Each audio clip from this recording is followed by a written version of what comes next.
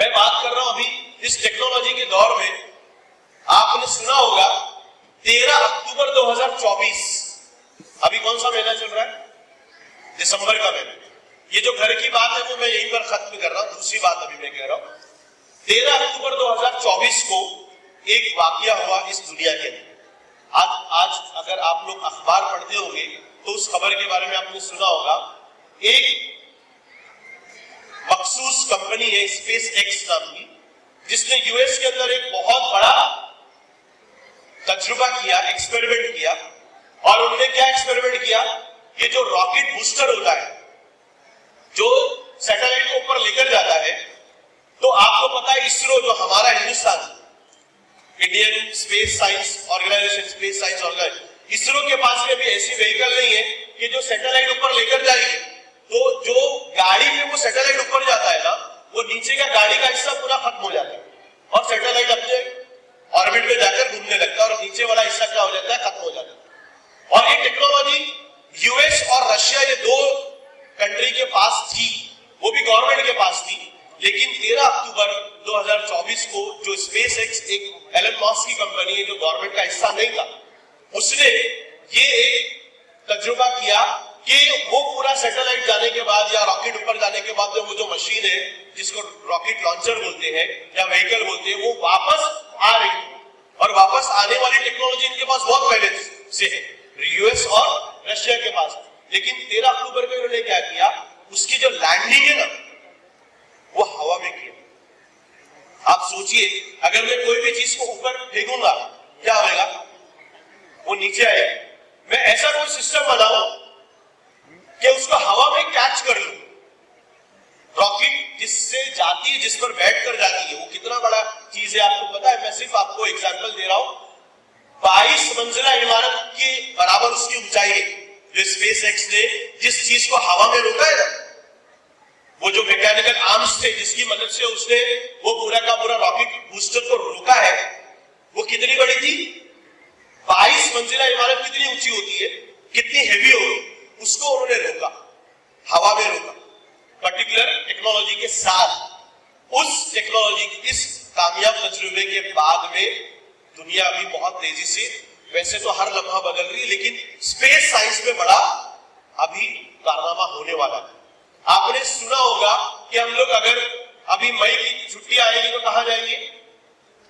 अपने कोई वतन जाएगा, कोई गांव जाएगा, कोई बहुत पैसा वैसा है उम्रा करने चला जाएगा, दुबई चला जाएगा, डिज्नीलैंड चला जाएगा, सिंगापुर चला जाएगा, बराबर ना?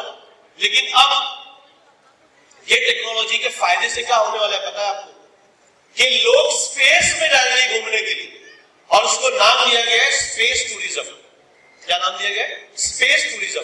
कि मेरा दिल कर रहा है कि मैं चांद को जमीन के ऊपर से नहीं देखूं, स्पेस से जाके देखूं। तो आपके पास पैसा है तो स्पेस टूरिज्म वाला है, आप उसकी गाड़ी बुक कीजिए, वो आपको ऊपर लेकर जाएगा और बराबर से आपको 10-15 मिनट ऊपर घुमाकर वापस लेकर आएगा। खाली 7-8 करोड़ रुपए जाएगा आपका, ज्यादा नहीं। टाइटैनिक नीचे देखने गए, आपको पता है, और उनके साथ एक्सीडेंट भी हो गए। तो टेक्नोलॉजी जो है वो तेजी से बदल रही है, और हम अगर अपने बच्चों को उस तरह से ट्रेन नहीं कर रहे तो हमारे इस 21वीं सदी का जो जरूरत है, तो हमारे बच्चे क्या हो जाएंगे? पिछड़ जाएंगे। देखिए, दो गाड़ियां हैं, एक गाड़ी की स्पीड अगर 80 की है और एक गाड़ी की स्पीड 120 की है, तो दोनों मिल पाएंगे क्या? मुझे बताइए। हालांकि 80 वाला भी बहुत तेज स्पीड से जा रहा है ना, उसकी भी वेलोसिटी स्पीड बहुत ज्यादा है, लेकिन फिर भी वो 120 वाले को कैच नहीं कर पाएगा। दुनिया जिस तरह से तब्दील हो रही है, चेंज हो रही है, उस चेंज का हमको एक तो पहले मालूमात होना चाहिए, अपडेट मालूमात होना चाहिए, और उसके हिसाब से उसका असर हमारी जनरेशन पर, हमारे बच्चों पर क्या पड़ रहा है वो हमको पता करना चाहिए। गवर्नमेंट ऑफ इंडिया ने 2020 में एनईपी लाया है, नेशनल एजुकेशन पॉलिसी, जिसको 4 साल हो चुके हैं, मजीद 4 साल में पूरे हिंदुस्तान में वो एनईपी लागू होगा। एनईपी का मतलब आपने अभी स्कूल में सुना होगा कि हर बच्चे को अपार नंबर दिया जा रहा है। वो बच्चा चाहे स्कूल में हो, चाहे जूनियर कॉलेज में हो, चाहे डिग्री कॉलेज में, चाहे एमएससी कर रहा हो, पोस्ट ग्रेजुएशन कर रहा हो, सबको अपार आईडी, जैसे आधार नंबर होता है, आधार नंबर जो मेरा है वो हिंदुस्तान में किसी के पास है क्या? वो नंबर नहीं है। बिल्कुल उसी तरह से गवर्नमेंट ने कहा कि वन नेशन वन स्टूडेंट का एक कंसेप्ट उन्होंने दिया एनईपी के अंदर, और एक नंबर बच्चे के लिए जनरेट कर रहे हैं वो, और उस नंबर से बच्चे का पूरा पीछे का आगे का सब कुछ मालूम पड़ जाएगा, स्टूडेंट को भी और उसके पेरेंट्स को भी, टीचर को भी। अगर नया कॉलेज में एडमिशन होने वाला है तो उसने 10वीं कहां से किया, 12वीं कहां से किया, कितना मार्क्स लाया, उसको डिजी लॉकर से कनेक्ट कर दिया जा रहा है, ताकि उसकी मार्कशीट, आमतौर पर हम लोग अपनी मार्कशीट कभी कभी ढूंढते रहते हैं, गुम हो जाती है ना, तो ये पूरा डिजी लॉकर से उसको कनेक्ट कर दिया जाएगा। तो ये एनईपी का एक हिस्सा है, हम लोग उससे शायद वाकिफ है, नहीं है, पता नहीं। उसी तरह से ग्रेजुएशन का जो ईयर है वो बदलकर अभी 3 साल के बजाय 4 साल हो गए। बीएससी का, बीए का, बीकॉम की डिग्री कितने साल की हुआ करती? 3 साल, लेकिन अभी कितने साल की होगी? 4 साल। आप चाहे तो 3 साल में भी कर सकते, 4 साल में आप जब उसको कंप्लीट करेंगे तो आपको बीएससी ऑनर्स का डिग्री मिलेगा, बीकॉम ऑनर्स का डिग्री मिलेगा, बीए ऑनर्स का डिग्री मिलेगा। उसी तरह से पूरा सिस्टम अब तालीमी निजाम में अब आपके पास मार्क्स कितने हैं तो थोड़ा बहुत देखा जाएगा, लेकिन पूरा का पूरा प्रोफेशनल डिग्री अगर आपको कॉलेज में एडमिशन लेना है तो वो एंट्रेंस बेस हो गया। किस तरह से हो गया? Entrance base. आप में से अगर किसी बच्चे को, किसी के भी बच्चे को अगर लॉयर बनना है तो लॉ का कॉलेज अंजुमन इस्लाम मीटी पर है, रिजवी कॉलेज है, वडाला में एक अम्बेडकर कॉलेज है। आप 12वीं पास से आप ग्रेजुएशन है, 12वीं के बाद और ग्रेजुएशन के बाद में एलएलबी में एडमिशन मिलता है, लेकिन 12th के बेस पर और ग्रेजुएशन के बेस पर आप एलएलबी में एडमिशन नहीं मिलेगा, आपको एंट्रेंस देना पड़ेगा। आप में से किसी बच्चे को आर्किटेक्चर बनना है, आर्किटेक्ट का कोर्स करना है, किसी को बीएड करना है, टीचर बनना है, किसी को सीए बनना है, किसी को engineering, medical, pharmacy, hotel management, कोई ऐसा कोर्स नहीं है जिसमें एडमिशन के लिए आपका 10th और 12th का मार्क्स नहीं देखा जा रहा है, बल्कि क्या देखा जा रहा है? एंट्रेंस में क्या है। अब हम लोग ऐसा, हम ये सोच रहे हैं कि मेरे बच्चे का मार्क्स 10वीं में, 12वीं में, या उसका ठीक है, उसका अच्छा होना चाहिए वहां पर भी, लेकिन अगर एंट्रेंस पर हमारी नजर नहीं है तो हम प्रॉब्लम में आ जाएंगे। हिंदुस्तान का एक बड़ा इदारा है होटल मैनेजमेंट का, महाराष्ट्र के अंदर एक लौता पहले इंस्टीट्यूट था, अभी 3 हो गए। तो एक इंस्टीट्यूट है दादर के अंदर, महाराष्ट्र में एक ही इंस्टीट्यूट था पहले गवर्नमेंट का, उसमें होटल मैनेजमेंट का कोर्स होता है, जो हिंदुस्तान का one of the top most institute है। लेकिन उसमें एडमिशन कौन से बेस पर होता है रज़ाक भाई? उसमें एडमिशन जैसे जो जेईई इंजीनियरिंग वाला है और आपका नीट वाला जो मेडिकल वाला है, उसी तरह का एनटीए ये सब एग्जाम कंडक्ट करता है। वही एनटीए होटल मैनेजमेंट का एक ज्वाइंट एंट्रेंस एग्जाम कंडक्ट करता है, और उसी एंट्रेंस के बेस पर बच्चे को दाखिला मिलेगा। और वहां से बच्चा अगर होटल मैनेजमेंट का कोर्स करता है, डायरेक्टली 5 स्टार 7 स्टार होटल में उसका रिक्रूटमेंट। अब दादर में ये हमारे घर के करीब नहीं है, हमारे मुंबई के अंदर ही, लेकिन हमको रास्ता नहीं पता। तो हम लोगों को ये जो पूरा तब्दीली हो रही है तालीमी निजाम में, उसको समझना चाहिए। स्कूलों की, कॉलेजेस की जो पेरेंट्स मीटिंग हो रही है, वो अब पहले इतने ज्यादा सख्ती नहीं थी, लेकिन अभी थोड़ा सख्ती हो गई कि पेरेंट्स को बताया जाए, बुलाया जाए, समझाया जाए, ताकि उनको पता चले कि एक्चुअल क्या चेंजेस हो रहे हैं। तो आप एक तो एंट्रेंस पे ध्यान दीजिए। उसी तरह से पूरे मुल्क के अंदर कुछ इंस्टीट्यूट्स है जिसको INI कहा जाता है, इंस्टीट्यूट ऑफ नेशनल इंपॉर्टेंस। ये हिंदुस्तान के वो इदारे हैं जिसको हिंदुस्तान की नाक कहा जाता है।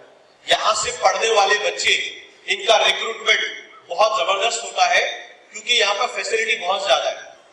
17, 18, 19 दिसंबर इसी महीने की 17, 18, 19 दिसंबर एक टेकफेस्ट लगा था मुंबई के अंदर। आप में से कोई गया था वहां पर? एजुकेशनल टेकफेस्ट था वो, ये हर साल होता है। कहां पर होता है? कहां पर होता है? IIT पवई। मैं रज़ाक भाई, मेरी ख्वाहिश है कि अगले साल या अगले 2 साल में, 3 साल में हमारी दक्कनी मोमिन जमात का कोई बच्चा IIT में होना चाहिए, और ये उसी वक्त होगा IIT बॉम्बे जैसे इंस्टीट्यूट में। बच्चे, छोटे छोटे बच्चे, हम लोग अपने स्कूल के बच्चों को लेके गए थे, ये जो छोटे बच्चे दिख रहे ना, ये बच्चों ने वहां पर रोबोट से बात की डायरेक्टली। कितना रुपया देकर? कोई रुपया नहीं दिया, कोई फीस नहीं। वो टेकफेस्ट है गवर्नमेंट की तरफ से, आप जाओ वहां पर देखो, आपको पूरा ऑगमेंटेड रियलिटी क्या होता है, वर्चुअल रियलिटी क्या होता है, एजुकेशन के अंदर कहां से कौन सी चीज किधर जा रही है, हमको वो देखने मिल रहा है। तो ये INIs जो है ना, यहां पर फैसिलिटी बहुत ज्यादा होती है। INI में एक इंस्टीट्यूट का नाम है, उसका नाम है एम्स। हमारे बच्चे अगर MBBS में दाखिला मिलता है गवर्नमेंट मेडिकल कॉलेज में, नायड या JJ में, आपको पता है MBBS की फीस कितनी है गवर्नमेंट कॉलेज में? 1,10,000 रुपए।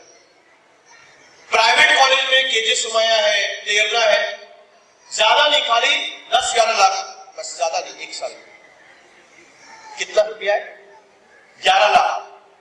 एम्स में आपको पता है MBBS, अभी जो प्राइम मिनिस्टर मनमोहन सिंह, जिनका इंतकाल हुआ अभी परसों, वो कहां एडमिट थे? एम्स में एडमिट। जो बड़े सेलिब्रिटीज है, पॉलिटिशियंस है, वो एम्स में अपना इलाज कराते हैं, क्योंकि नंबर 1 हॉस्पिटल है हिंदुस्तान में। वहां पर MBBS की फीस 5,500 रुपया है साल की। 5,500 रुपये। कितने लोगों को पता?